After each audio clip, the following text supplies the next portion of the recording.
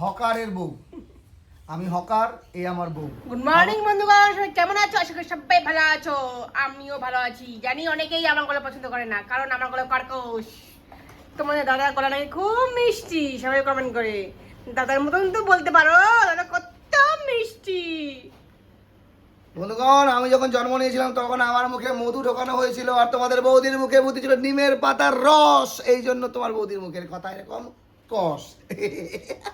দেখ বন্ধুগণ, আজকে আমি রান্না করছি। দেখেন, রান্না কিন্তু আমিই করি। বৌদি যতই বলুক আমি রান্না করি, রান্না কিন্তু আমিই করি। বৌদি কিচ্ছু করে না, শুধু খায় ব্যাস। তো বন্ধুগণ, আজকে রান্না করছি এই যে ফুলকপি তরকারি। দেখেন 110 টাকা কেজি নিয়েছে ফুলকপি, দারুণ ফুলকপি একদম।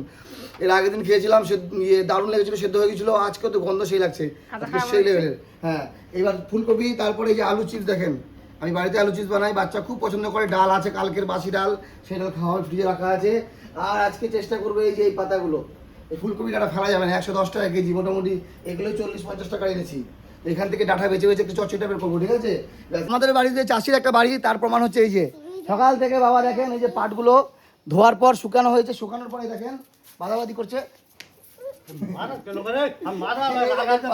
এই পাটগুলো আমরা এখন বেঁধে বুধে নিয়ে যাবো বাজারে। আজকে না সোমবার, আমাদের এখানে হাটবার হচ্ছে সোমবার আর বৃহস্পতিবার। তো গ্রামের বাড়িতে, আমাদের বাড়িতে এরকমই হয়, ধানের সময় ধান, ভুট্টার সময় ভুট্টা, পাটের সময় পাট। কারা কারা দেখছেন কাদের বাড়িতে এরকম চাষ হতো, এখন হয় না, সেটা কমেন্ট করে জানাবেন। আর চাষির বাড়ির বিষয়টা আলাদা। আমাদের বাড়িঘর দেখে অনেকে বলে কি চাষির বাড়ি, হ্যাঁ চাষির বাড়ি কি একটু ভালো হতে পারে না? এই দেখেন পাট, এই দেখেন এগুলো গাদা করা আছে। এই পাটগুলো সব গুছিয়ে গুছিয়ে কত সুন্দর, দেখেন সোনালি তন্তু কেন করে, দেখেন চকচক করছে। এগুলো সুন্দর করে মুছে টুছে একটু ঝেড়ে ঝেড়ে বাঁধবে না, খুব ভালো লাগে দেখতে। তো বন্ধুগণ, আজকে পাটের কাজ হচ্ছে, এরপরে কোনো কাজ হলে দেখাবো। আর আমাদের ভিডিও কেমন লাগে কমেন্ট করে জানাবেন। আমরা চাষির ছেলে। প্রকৃতি দেখো খালি, প্রকৃতি দেখো খালি, কি দারুণ লাগছে বাচ্চা দেখো, দেখতে। বাচ্চা দেখো, এই দেখো সবগুলো বাচ্চা দেখো, এই দেখো সুইমিং, এই দেখো। হ্যাঁ বন্ধুগণ, যারা যারা আমার ব্লগ দেখছেন, হয়তো তারা প্রথম আমাকে দেখেননি, চেনেননি। যখন আমি ব্যবসা করতাম তখন ভিডিও বানাতাম না। এটা আমার জীবনে প্রথম ব্যবসা, বুঝতে পারছেন? পপকর্ন মেশিনে দেখেন এই যে।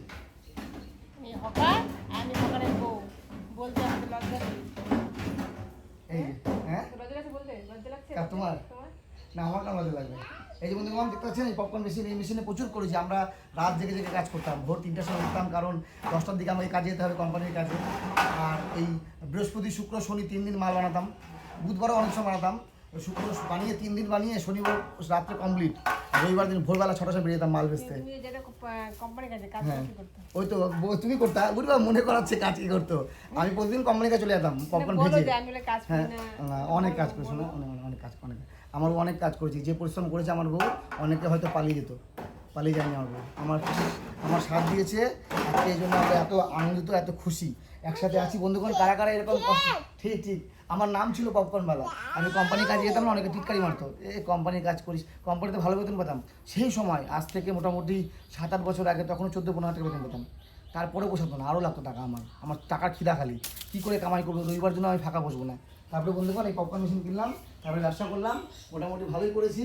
তো মেশিনটা দেখালাম, ওই জন্য আপনাদের দেখাচ্ছি। এই দেখেন, এই পতাকাটা বাড়ির সামনে থাকবে, যতদিন থাকবে ততদিন, খোলাখুলি হবে না। একবার লাগিয়ে দেবো, 1 বছর থাকবে, পরের বছর আবার নতুন লাগাবো। কেমন লাগছে? আপনারা প্রত্যেকেই বাড়িতে লাগান। আমাদের প্রত্যেক ভারতবাসীর জন্য গর্বের একটা মুহূর্ত। স্বাধীনতা দিবসের অনেক অনেক শুভেচ্ছা।